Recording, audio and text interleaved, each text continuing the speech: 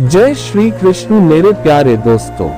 जब महाभारत का युद्ध हुआ था तब अर्जुन अपनों के खिलाफ युद्ध करने से मना कर रहे थे, तो भगवान श्री कृष्ण ने अर्जुन को गीता के उपदेशों के माध्यम से धर्म और कर्म के सच्चे ज्ञान से अवगत कराया था। आज श्रीमद् भागवत गीता के उपदेश हमारे देश में ही नहीं बल्कि विदेशों में भी लोगों का ध्यान अपनी ओर आकर्षित करने में सफल हो रही है।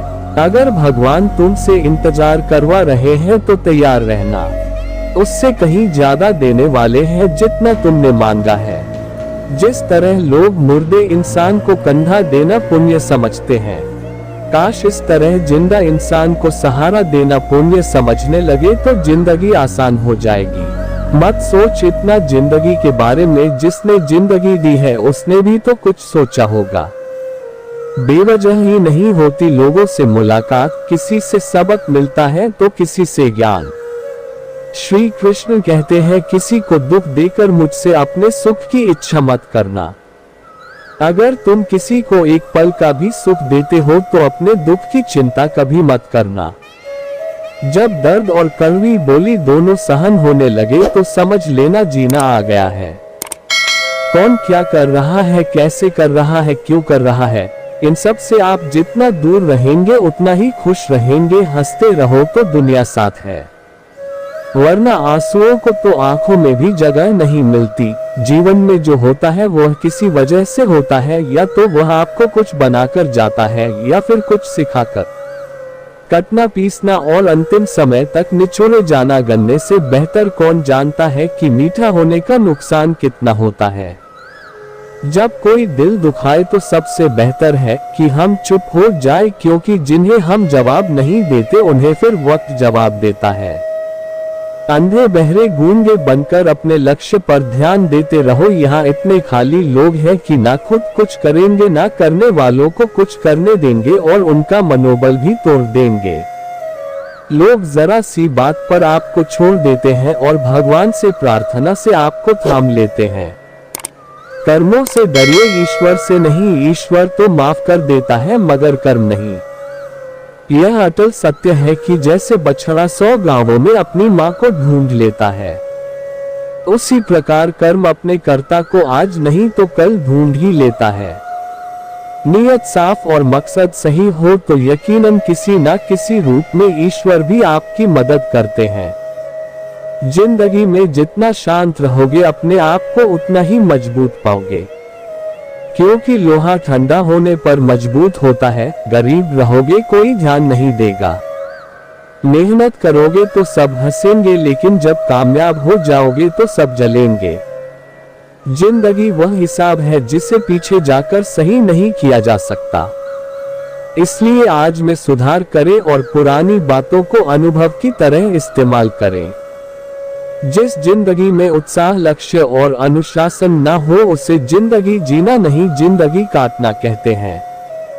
कभी कभी आप बिना कुछ गलत किए भी बुरे बन जाते हैं, क्योंकि जैसा लोग चाहते थे आप वैसा नहीं करते। जिस मनुष्य के हृदय में सच्ची मानवता हो उसकी सोच हमेशा यही होगी कि मुझे मिला हुआ दुख किसी को ना मिले और मुझे मिला हुआ सुख सबको मिले। मैंने हंस कर भी देख लिया और रो कर भी देख लिया, किसी को पाकर किसी को खोकर भी देख लिया। यह जान लिया कि जिंदगी जी सकता है जिसने अकेले जीना सीख लिया। जिंदगी बहुत कुछ सिखाती है, थोड़ा रुलाती है, थोड़ा हंसाती है। खुद से ज्यादा किसी पर भरोसा मत करना, क्योंकि अंधेरे में तो परछाई भी साथ छोड़ देती है। अगर कोई आपको सच्चा प्यार करता है तो आपको समय जरूर देगा, आपकी हर स्थिति में साथ देगा, हमेशा आपके लिए समर्पित रहेगा। क्योंकि सच्चा प्यार एक दूसरे की खुशियां चाहेगा, आंखों में पानी नहीं। लोहे को कोई नष्ट नहीं कर सकता, बस उसका जंग उसे नष्ट कर सकता है। इसी तरह आदमी को कोई और नहीं बल्कि उसकी सोच ही नष्ट कर सकती है। इसलिए सोच अच्छी रखो, फल अच्छा ही होगा। इतना कमजोर मत बनो कि कोई भी आपको तोड़ सके, बल्कि इतना मजबूत बनो कि आपको तोड़ने वाला खुद ही टूट जाए। दर्द आपको मजबूत बनाता है, डर आपको बहादुर बनाता है, अनुभव आपको सिखा देता है। जिस दिन हम समझ जाएंगे कि सामने वाला गलत नहीं, सिर्फ आपकी सोच हमसे अलग है, उस दिन जीवन में सब दुख दूर हो जाएंगे। क्यों रोते हो मन का ना होने पर? जो लिखा है वही होकर रहेगा। एक रास्ता बंद करने से पहले भगवान 10 रास्ते खोल देते हैं। गर्मी के मौसम में पत्ते सूखने के बाद भी पंछी घोंसला नहीं छोड़ते, क्योंकि वह जानते हैं फिर से बरसात आएगी और पेड़ पर नए पत्ते आएंगे। जो हुआ उसे भूल कर नई शुरुआत करो और याद रखो, जिसका कोई नहीं होता उसका भगवान होता है। मतलब से जुड़े रिश्ते मतलब तक साथ देते हैं, लेकिन दिल से जुड़े रिश्ते आखिरी सांस तक निभाते हैं। अच्छा काम करते रहो, चाहे कोई सम्मान करे या ना करे, क्योंकि सूर्योदय तब भी होता है जब करोड़ों लोग सोए रहते हैं। दुनिया में हर एक काम आसान है, केवल अंदर से आवाज आनी चाहिए। हमेशा मेहनत और उस परमात्मा पर विश्वास रखना इस सफलता का सूत्र है। जीवन में सबसे बड़ी गलती वह है, गलती से हम कुछ सीख नहीं पाते। जो व्यक्ति अपने मन को काबू में कर सकता है वह जिंदगी में कुछ भी कर सकता है। इंसान की अच्छाइयों पर सब खामोश रहते हैं, लेकिन चर्चा अगर बुराई पर हो तो गूंगे भी बोल पड़ते हैं। श्री कृष्ण कहते हैं, तुम्हारे बीते हुए कल को तो मैं ठीक नहीं कर सकता, क्योंकि तुम वर्तमान में अगर अच्छा कर्म करोगे तो मैं तुम्हारा आने वाला कल जरूर उजागर करूंगा। झूठी बातों पर लोग आपकी वाहवाही करेंगे, वही लोग आपको तबाह करेंगे। बुरे से बुरा क्या होगा हम तो हमेशा ही सोच लेते हैं, मगर अच्छे से अच्छा क्या होगा हम यह कभी नहीं सोचते। जो ईश्वर रात को पेड़ पर बैठे पक्षियों को कभी गिरने नहीं देता, तो सोचो वह तुम्हें अकेला और बेसहारा कैसे छोड़ सकता है। आज के जमाने में कोई अपना नहीं होता, सिर्फ लोग तब तक साथ देते हैं जब तक उनका स्वार्थ होता है। अगर कोई अकेला है तो इसका मतलब यह नहीं कि उसे कोई पसंद नहीं करता, बल्कि वह अकेला इसलिए है क्योंकि उसने दुनिया की औकात जान ली है। एक बार राजा और उसका मंत्री तलवार को साफ कर रहे थे। तलवार को साफ करते समय अचानक राजा के पैर पर तलवार गिर जाती और राजा की पैर की उंगलियां कट जाती है। उस राजा को उंगली कटने के कारण बहुत ही तकलीफ हो रही थी, बहुत ही दर्द हो रहा था। लेकिन उसका मंत्री कहता है, शांत रहिए महाराज, जो कुछ भी होता है अच्छे के लिए होता है। राजा को यह बात सुनकर गुस्सा आ जाता है। वह मंत्री से कहता है कि मेरी उंगली टूट गई और तुम कह रहे हो वह अच्छे के लिए हुआ। वह मंत्री राजा को समझाने की कोशिश करता है, पर वह नहीं मानता और बिना सुने गुस्से के कारण मंत्री को काल कोठरी में बंद करने का आदेश दे देता है। पर मंत्री को इस बात का कोई दुख नहीं था, क्योंकि उसका अभी भी यही कहना था कि जो होता है अच्छे के लिए होता है। वह अपनी खुशी से ही अपने आप को सैनिक के हवाले कर देता है। राजा इस बात को सुनकर चौंक जाता है, सोचता है कि मेरा मंत्री कितना मूर्ख था, उसे लग रहा था कि मैंने उसे अच्छाई के लिए कैद कर दिया। इस घटना के 3 महीने बीत जाते हैं। एक दिन राजा अपने सैनिकों को लेकर शिकार करने के लिए जंगल में जाता है। राजा को एक हिरण दिखता है।